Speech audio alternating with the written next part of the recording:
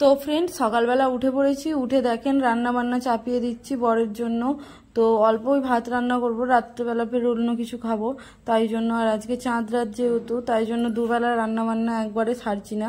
তো এই তো ভালো করে চালটা ধুয়ে নিচ্ছি। আর এবারে চালের এত বস্তাটাই নোংরা ছিল, কেন আল্লাহ জানে, প্রচুর নোংরা ছিল আর পোকা টাইপও ধরে গিয়েছিল। কি করলে এই বস্তার পোকাগুলো কাটবে একটু জানাবেন তো। তো ভালোভাবে চালটা ধুয়ে নিই আর পরে তারপরে ফিল্টার জল দেব। এই দেখেন কতটা নোংরা, এরকম অনেকবার ধুতে হবে। আমাকে ক্যামেরাটা অফ করে দিয়ে আবার ভালো করে দেব। তো এইটাই। আর কদিন ধরে ভিডিও দেওয়া হচ্ছিল না গাফলতির কারণে, তাই জন্য চলে আসলাম ভিডিও নিয়ে। বলি যতটা হয় ভিডিও শ্যুট, আজকে শ্যুটই করি না জানেন, ভিডিও এমন গাফলতি ধরেছে, ভিডিও শ্যুট করার এনার্জিটাই চলে গেছে। তারপর বলি না, করতে তো হবে, তাই না বলেন। তাই জন্য দেখেন ভালোভাবে চালটা 3-4 পানি থেকে ভালোভাবে ধুয়ে তো বন্ধ করে দিলাম কলটা। তো করে দেওয়ার পরে দেখেন ফিল্টার জল নিয়ে নিয়েছি, তারপরে গ্যাসটা চালু করে দিচ্ছি। এই তো। আর কয়টা বাজে আপনাদেরকে আগে গিয়ে দেখাবো। আজকে অনেক তাড়াতাড়ি আমার ঘুম ভেঙে গেছে ফ্রেন্ড, কেন জানি না এত তাড়াতাড়ি ঘুম ভেঙেছে। আর মশার কামড়ও দিচ্ছিলো জানেন ভোরবেলার দিকে, তাই জন্য আরোই ঘুমটা ভেঙেছে। আর যা বিচ্ছিরি গরম, কি করব। আর কালকে রাত্রে দেখেন মাংস রান্না করেছিলাম, খেয়ে দিয়ে কড়াইটা ওইখানেই বড় রেখেছে। আর আমার এই কদিন না খুব শরীরটা টায়ার্ড যাচ্ছে, কেন জানি না এত শরীরটা কমজোর মনে হচ্ছে। তারপরে দেখেন ঘরে ডিম ছিল, ডিমটাই ভার করে নিচ্ছি। আর মাছ কদিন ধরে ফ্রিজে পড়ে রয়েছে, তো এই মাছকে বরকে টিফিনে রান্না করে দিলে হারগিজ খাবে না। আর তারপরে দেখানোর চেষ্টা করছিলাম মোবাইলে।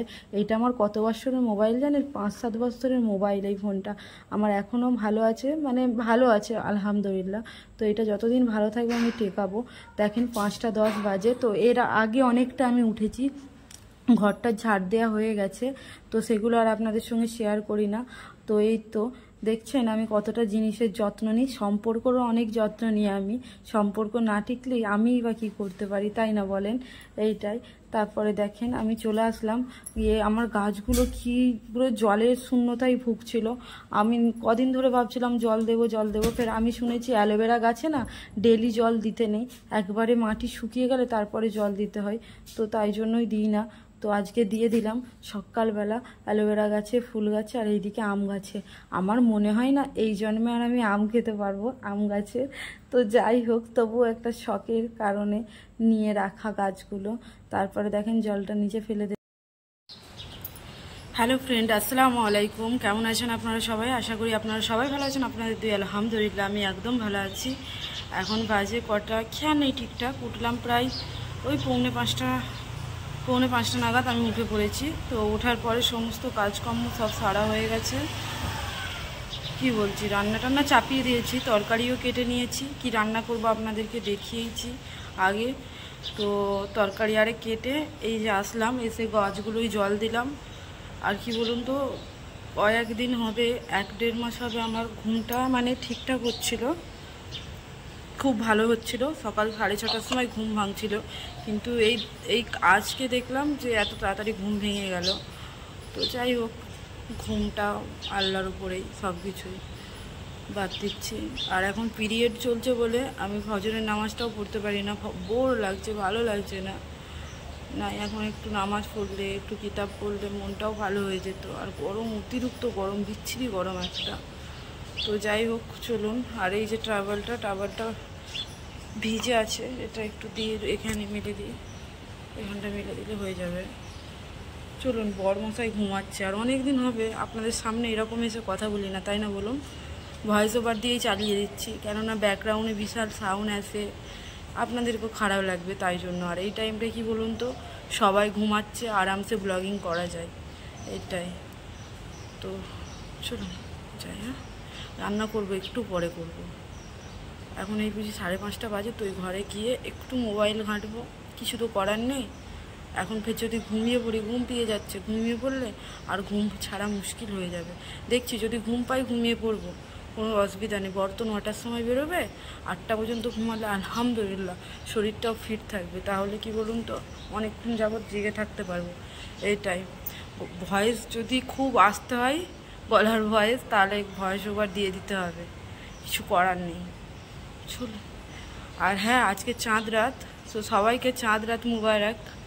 আজকে বর জানি কাজে যাবে না, আজকে ছুটি নেবে, কিন্তু না, ওদের শোরুমে ভীষণ কাজের চাপ আছে, ওকে যেতে হবে। হাফ টাইম আছে, চলে আসবে। আমাকে বললো মন খারাপ করো না, চলে আসবে।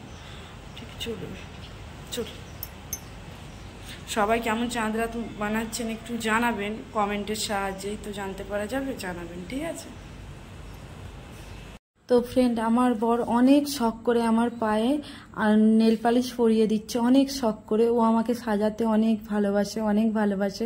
নেল পালিশ পরানোটা শেষ হওয়ার সাথে সাথে দেখছেন ধৈর্য সহকারে মেহেন্দি পরিয়ে দিয়েছে।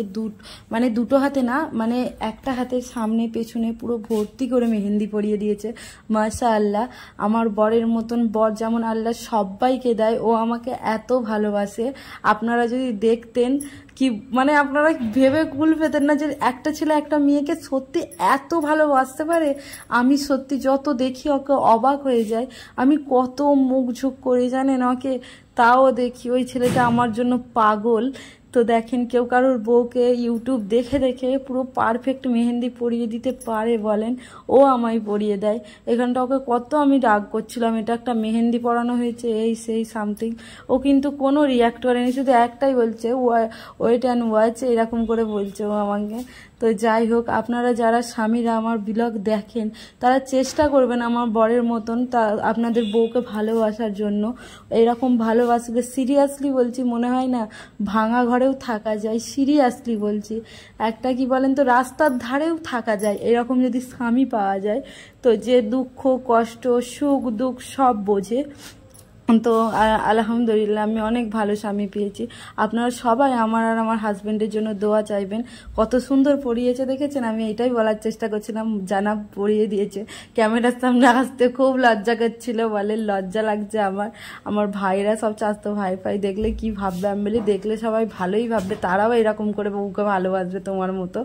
যাই হোক, তো এইটাই তো পরিয়ে দিচ্ছে। আর কোনো ব্লগ শ্যুট করা হয় না জানেন, কত কিছু করেছি আজকে, কিন্তু কোনো ব্লগ শ্যুট করি না। আর আজকে না আমার বর অনেক তাড়াতাড়ি চলে আসছিল, আমার ডিমান্ড ছিল যে তুমি একটু তাড়াতাড়ি আসবে, বলে আচ্ছা ঠিক আছে। তো চলে আসছিল, চলে আসার পরে দুজনেই টাইমারে একসঙ্গে কাটিয়েছি। তো বর কি সুন্দর হেয়ার কালার করে এসছে ওর চুলটাই, তাই দেখাচ্ছিল। তাই তো আমার আর আমার বরকে কেমন লাগছে বলুন, মাশাআল্লাহ বলবেন।